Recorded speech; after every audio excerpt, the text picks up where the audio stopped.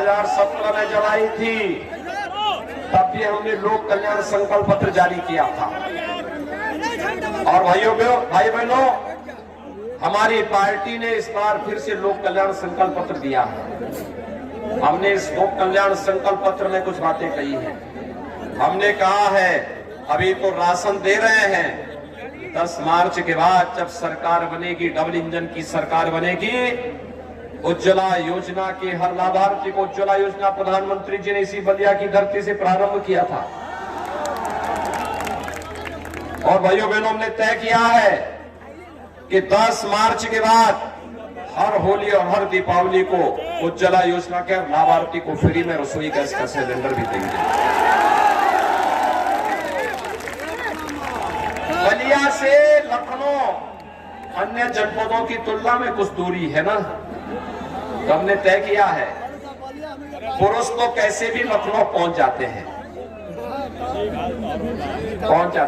कोई ट्रक में बैठ जाता है, कोई बस में बैठ के जाता है, कोई अपनी गाड़ी से चला जाता है, कोई कहीं ना कहीं से बैठ के चला जाए, कोई बुलडोजर से भी बैठ के चल सकता है।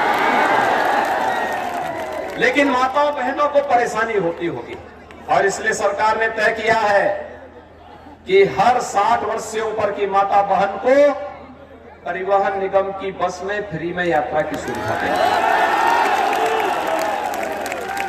प्रदेश में कहीं भी जाना चाहेंगे फ्री में यात्रा।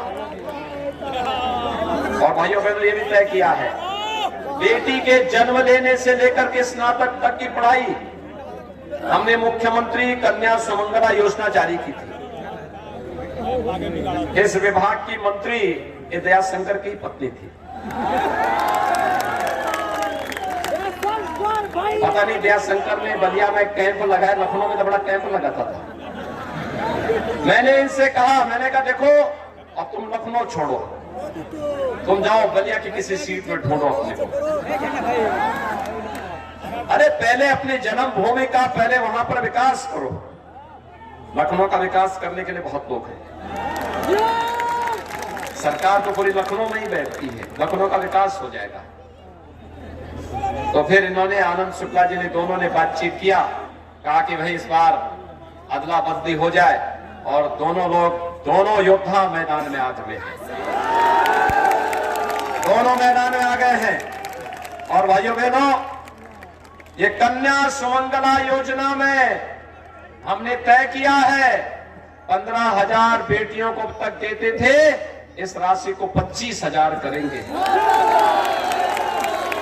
बेटी की शादी में अब तक मुख्यमंत्री सामूहिक विवाह योजना में 51,000 रुपए का कन्यादान हम लोग देते हैं। भाइयों बहनों, गरीब कन्या की शादी में अब 1 लाख रुपया कन्यादान करेंगे।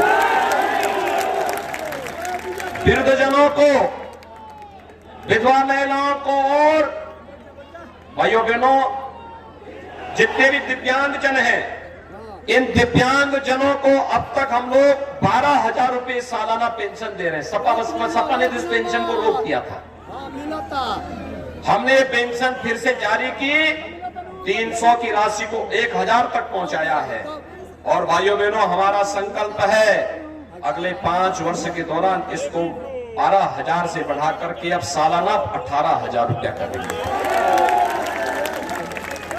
यानी बुजुर्गों की सेवा होनी चाहिए, विधवा महिलाओं को कुछ सहायता मिलनी चाहिए, दिव्यांग जनों को भी स्वावलंबन की ओर अग्रसर होने का अवसर मिलना चाहिए। ऐसे 1 करोड़ परिवारों को सुविधा दी जा रही है। और यही नहीं, एक भी तय किया है कि बलिया से लखनऊ और इलाहाबाद की दूरी कुछ दूरी पड़ जाती है, और ठीक है, दया शंकर सिंह लुढ़कते भटकते लखनऊ पहुंच गए, छात्र संघ के अध्यक्ष भी हो गए। कहते हैं कि छात्र संघ का अध्यक्ष अपनी पत्नी के बल पे हुए थे, और इन्होंने अपनी पत्नी को विधायक बनवाया लखनऊ में फिर बदले में। लेकिन भाइयों बहनों, आज मैं आया हूं आपसे कहने के लिए, हमारा नौजवान, बलिया का नौजवान, प्रदेश का नौजवान, हमने तय किया है 5 साल में हमने 5 लाख युवाओं को नौकरी दी, सरकारी नौकरी। ये जो नौकरी पहले जिसपे सैफई खानदान अपना जन्म सिद्ध अधिकार समझता था, नौकरी निकलती थी, चाचा भतीजा वसूली में निकल पड़ते थे। हमने कहा नहीं, भर्ती में कोई बदमाशी करेगा तो उसकी जगह मुख्तार अंसारी की तरह जेल में सड़ रहे हैं ना सभी। इससे पहले कोई कार्य करता था क्या?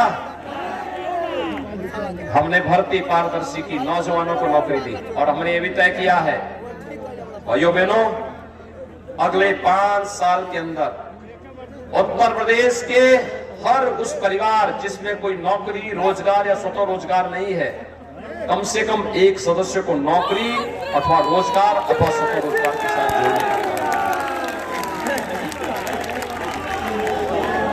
और यही नहीं भाइयों बहनों, ट्यूबवेल का कनेक्शन जिन किसानों ने लिया है, ऐसी व्यवस्था अगले 5 साल के अंदर करेंगे कि उसे बिजली का बिल न देना पड़े, फ्री में बिजली मिले। किसान इस प्रकार की व्यवस्था करने जा रहे हैं। और भाइयों बहनों यही नहीं, 1 करोड़ नौजवान को, डिग्री कॉलेज में पढ़ने वाले हर छात्र छात्रा को, छात्रा के लिए तो हमने एक व्यवस्था की कि बेटी मेधावी होगी, कॉलेज में पढ़ रही है तो उसको फ्री में स्कूटी देंगे। और भाइयों बहनों यही नहीं,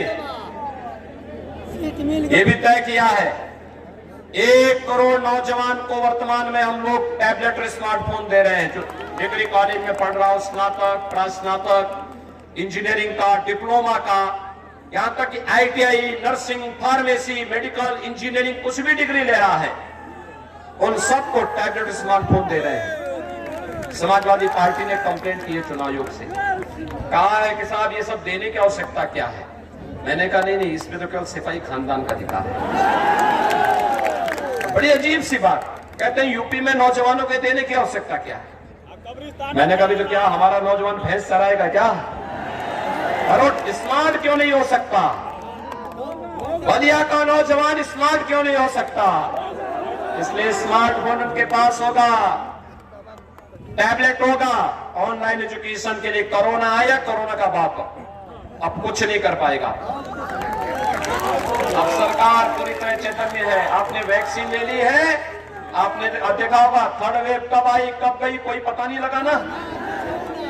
और इसीलिए हमने कहा है कोरोना आ जाए कुछ भी आ जाए, अब बच्चों की, नौजवानों की पढ़ाई और कंपटीशन की तैयारी में बाधा नहीं आनी चाहिए। टैबलेट देंगे, ऑनलाइन एजुकेशन के लिए भी घर में बैठे बैठे अपने टैबलेट से आप एग्जामिनेशन भी दे सकते हैं, कंपटीशन की तैयारी भी कर सकते हैं। 2 करोड़ नौजवानों को हम लोग टैबलेट और स्मार्टफोन देंगे 10 मार्च के बाद। हमने तय किया है 2 करोड़ नौजवानों को। और भाइयों यही नहीं, जो खर्चा आएगा डिजिटल एक्सेस का, ये खर्चा भी सरकार वहन करेगी। ये माँ बाप के ऊपर और अभिभावक के ऊपर नहीं आएगा। विपक्ष परेशान है, कह रहे साहब ये पैसा कहां से आ रहा है। तो मैंने कहा विकास की सोच होती है, पैसा आ जाता है, लेकिन तुम तो बताओ कि तुमने विकास क्यों नहीं किया। बड़ा सोच समझ करके समाजवादी पार्टी के एक नेता मुझे मिले, कहीं साहब हमने विकास किया है। मैंने कहा क्या? कहा किया है हमने। मैंने कहा बोलो तो कौन विकास किया है। भाइयों बहनों,